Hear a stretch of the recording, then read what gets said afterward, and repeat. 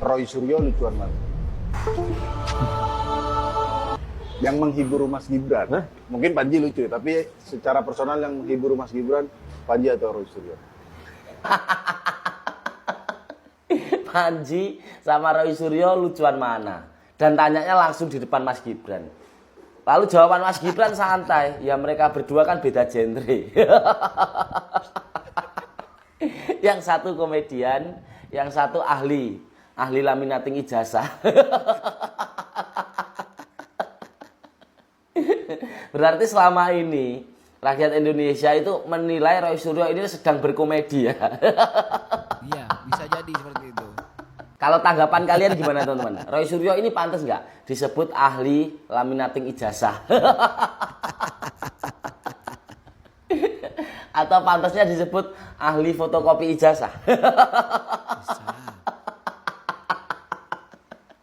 Tulis pendapat kalian di kolom komentar. Salam Jigigis. Aduh, iya benar-benar sih. Kalau tidak ada mereka nih, ya tentu saja kegaduhan ini tidak akan ada. Dan juga hal-hal yang lucu tentu saja tidak akan ada dan tidak akan kita reaction seperti ini. Teman-teman, lucu sekali. Cocoklah Roy Suryo, CS sama Panji ini betul-betul seorang pelawak sejati kalau menurut saya. Seperti itu ya sah-sah saja juga. Kalau kemudian bicara bolak-balik demokrasi, dan itu sering banget diulang-ulang demokrasi. Aku berpikirnya kok demokrasi seolah-olah milik beliau-beliau ini ya. Kemudian kita nggak boleh berdemokrasi gitu, kita juga nggak boleh berpendapat gitu, kita nggak boleh bersikap gitu, kan nggak gitu juga. Nah kalau kemudian teman-teman ini sikapnya terus mengkritisi Pak Jokowi, menuduh, memfitnah ijazah palsu, ya kita juga bisa punya hak demokrasi dong. Untuk menepis isu-isu itu, untuk membentengi itu, untuk mengklarifikasi itu, untuk menjelaskan itu ke publik. Kan ini demokrasi. Nah, kenapa kemudian demokrasi hanya milik beliau? Milik mereka? Kita nggak boleh berdemokrasi. Loh, luar biasa banget demokrasi Indonesia. Mbak. Nah, ini artinya apa? Sampai diem Kalau kita mau berangkat saling menghargai, yaudah ayo. Sama-sama menghargai, diskusi seperti ini nggak apa-apa, debat, jalan saja terus. Yang paling penting adalah nanti pada proses persidangan. Nah kalau sudah persidangan masih dibantah lagi, masih dicurigain lagi, termol lagi. Jaksanya termol, hakimnya termol, semuanya termol, polisi termol. Ya kan nggak seperti itu Mbak. Kenapa kemudian dia pengen dihargai satu sisi, atau sisi lain mereka nggak menghargai proses. Nah kalau sudah proses hukum, apalagi kemudian yang dituntut? Atau apalagi yang lebih tinggi dari hukum itu? Gimana coba? Kan nggak seperti itu caranya. Tampaknya indah sekali yang disampaikan oleh Bang Agri Fanani ini ya. Anda perlu tahu, ini ada rekam jejak namanya. Kami ini bangkotan dalam urusan perjuangan ya. Jadi kalau Anda bicara demokrasi, kami mungkin yang paling mengerti demokrasi.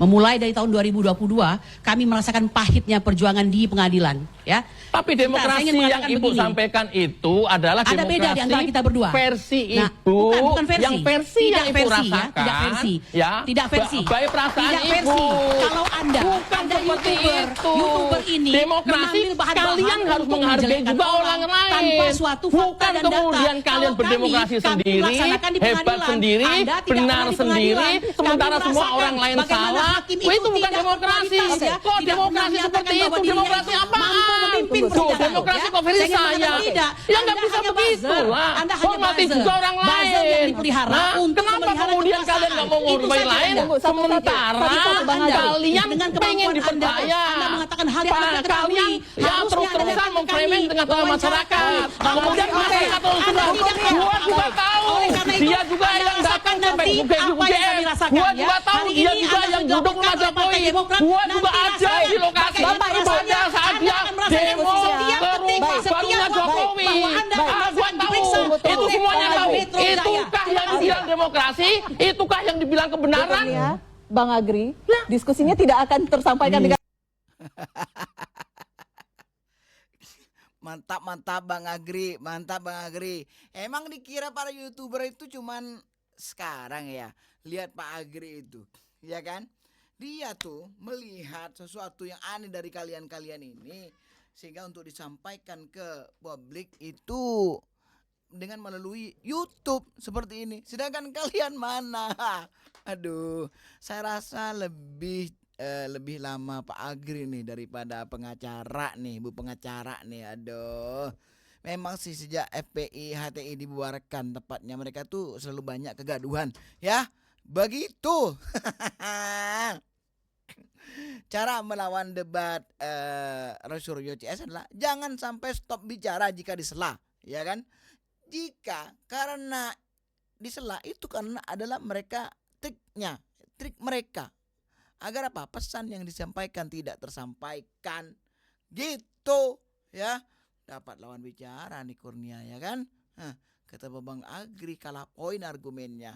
Aduh, keren Bang Agri, ya. YouTuber bisa ngelawan pengacara. Ya, pengacara ini disorotkan sama masyarakat. Bang Agri masyarakat, ya kan? Dia ingin menyampaikan sesuatunya, ingin menyampaikan argumennya untuk orang-orang ini. Melalui apa? Ya melalui YouTube. Dia meremehkan Bang Agri dong. Meremehkan, kocak. Posisi Egy Sujana dan Damai Harilubis sebagai Ketua Umum dan Sekjen TPUA telah merusak wibawa, marwah, dan kehormatan TPUA. Karena TPUA bisa dipersepsikan publik bukan lagi sebagai pembela ulama dan aktivis, tapi justru pelaku kriminalisasi pada aktivis dan melayani kepentingan Jokowi.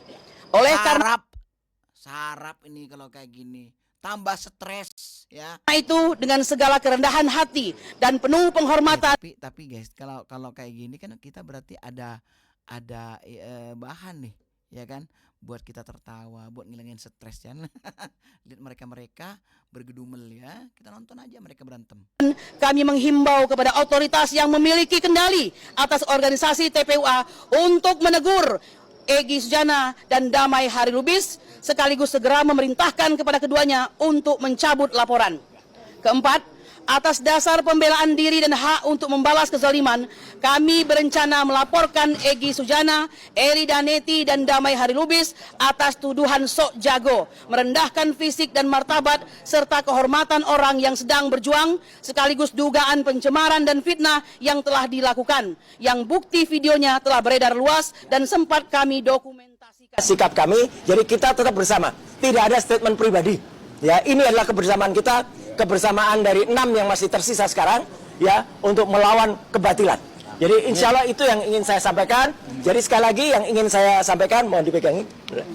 Kita tuh mau persoalan ini mau pendek, ya, mau kemudian persoalannya dibikin panjang,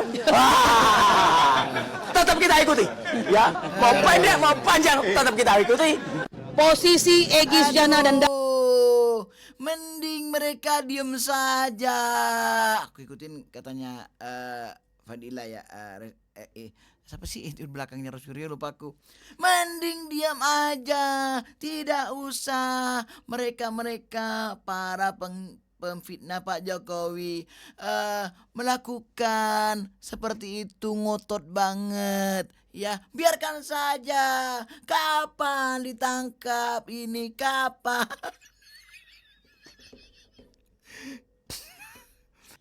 Yang berubah siapa? Yang suka teriak-teriak. Dari tadi siapa yang teriak-teriak?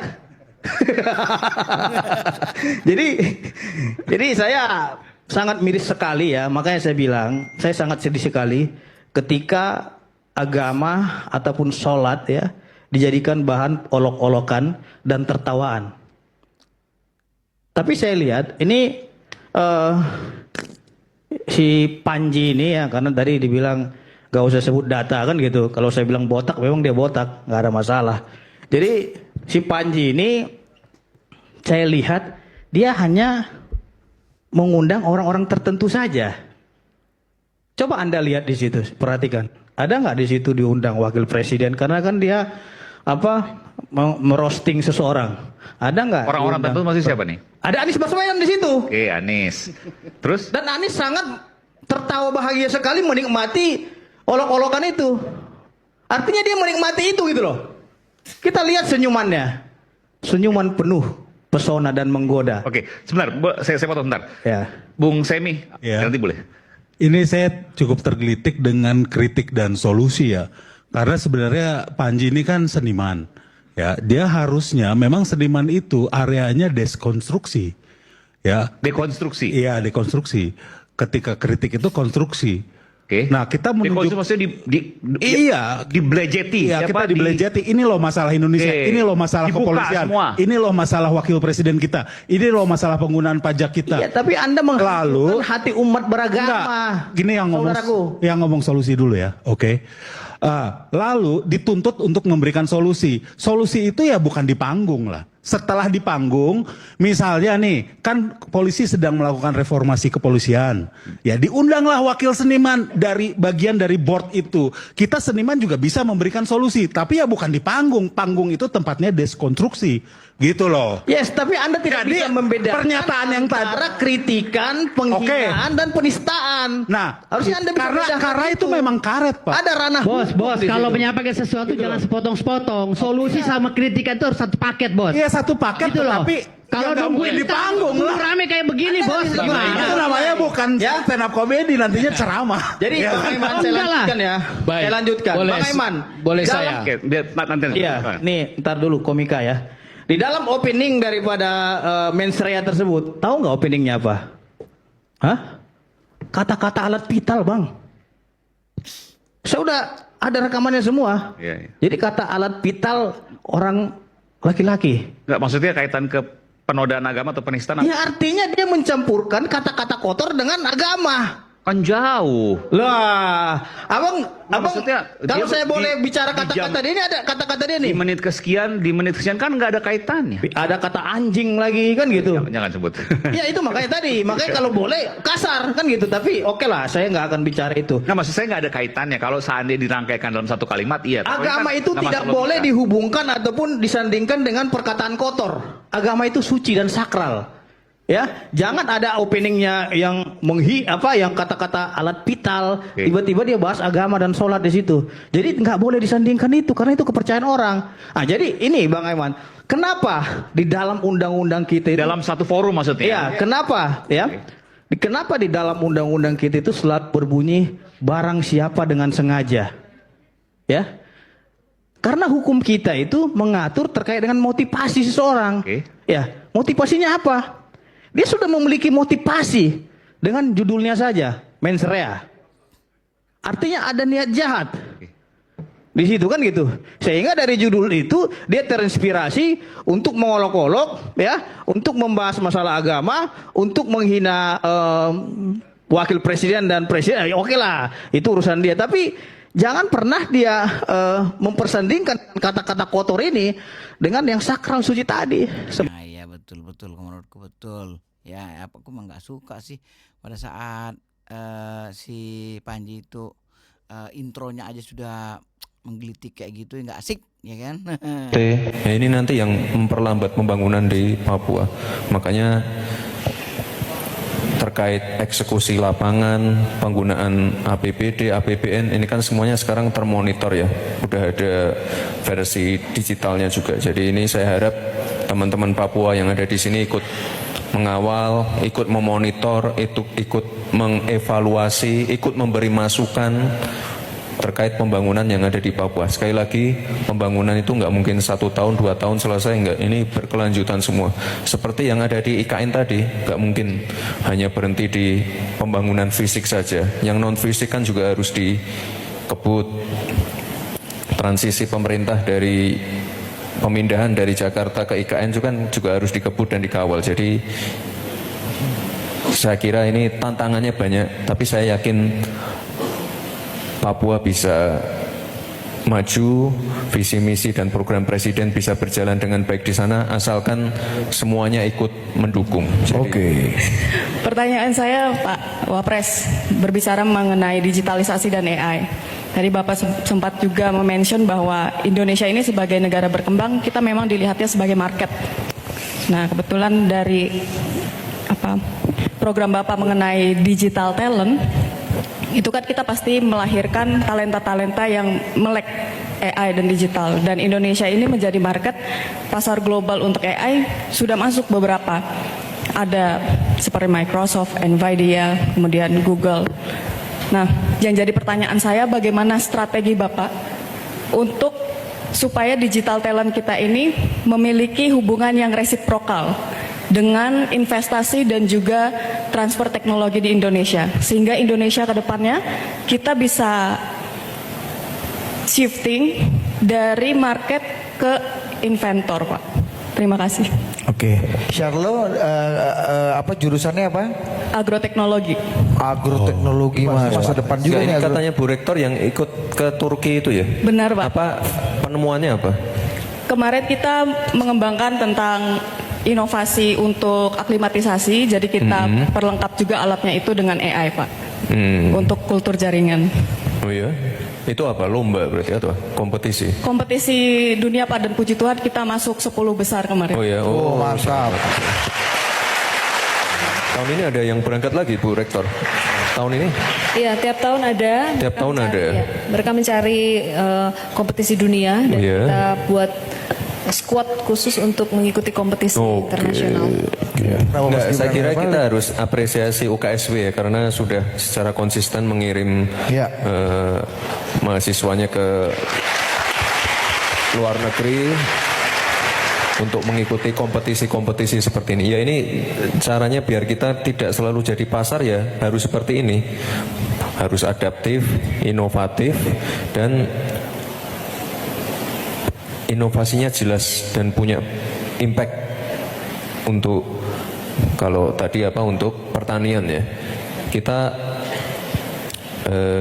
tiap tahun selalu memonitor kok apa anak-anak yang berprestasi atau penemuan-penemuan yang inovatif seperti ini. Kalau tahun lalu anak SMA sih, itu juara juga di Turki. Dia pernah saya posting di Instagram juga. Dia ini juara nomor 1 kalau nggak salah. Itu mesin apa, robot pembersih ini, pembersih terumbu karang. Jadi itu sangat, saya kira sangat baik sekali ya. Dan kalau sekarang di pemerintahnya Pak Presiden Prabowo ini kan lagi gencar-gencarnya swasembada pangan ya. Jadi penting sekali untuk pemanfaatan AI, misalnya untuk mengecek pH tanah yang kena OT. Mantap sekali, gimana tuh itu kan? Mantap jiwa, mantap jiwa. Oke, jadi Mas Wapres jawabannya langsung ya, secara sistematis gitu ya kan. Mungkin orang-orang yang ya anggaplah tidak pro sama Mas Gibran ini mungkin dikira dari tadi dia ngomong tidak ada jawaban ya. Kenapa? Karena kosong, memang kosong gitu ya, memang kosong. Kayak gini. Jadi ya saya hanya bilang bahwa secara telematika foto ini terlalu tajam, terlalu kontras. Menurut kajian saya ini 99,9% palsu, bahkan. Jadi saya tidak mengatakan lagi soal hukum. Saya hanya bicara teknis. Jadi ya saya hanya bilang bahwa secara telematika foto ini terlalu tajam, terlalu kontras. Menurut kajian saya ini terlalu tajam, terlalu kontras secara telematika. Kan ya namanya juga ini kan kadang berubah. Ya. Yang seperti katanya si Roy Suryo ini kan juga argumentasinya dia juga berubah, ya kan? Besok Sumanto, ya kan? Besok Mulyono, besok Dumatno. Aduh. Kata-kata Roy Suryo ini yang sekarang ini ya, hanya mempermainkan kata-kata saja. Tidak mencari kebenaran kalau menurut saya. Oke. Udah, jadi waktu itu di tangga ini saya hanya mengatakan kita kehilangan 2 tuyul gitu. Jadi nanti kalau prosesnya dilanjutkan, berarti Polda Metro Jaya harus memproses 2 tuyul. Ya gitu. Itu aja udah. Jadi kalau tuyul bisa dipidana, ya udah tuyulnya aja dipidana. Tidak menyebut nama, saya hanya mengatakan 2 tuyul. Jadi tulisan dari Mas Lukas Luarto waktu itu adalah 2 tuyul menemui jin ifrit. Apa artinya? Waduh, Pak Roy Suryo, sesama tuyul tuh nggak boleh saling serang ya. Sesama tuyul nggak boleh saling serang, Pak Roy. Ya aduh.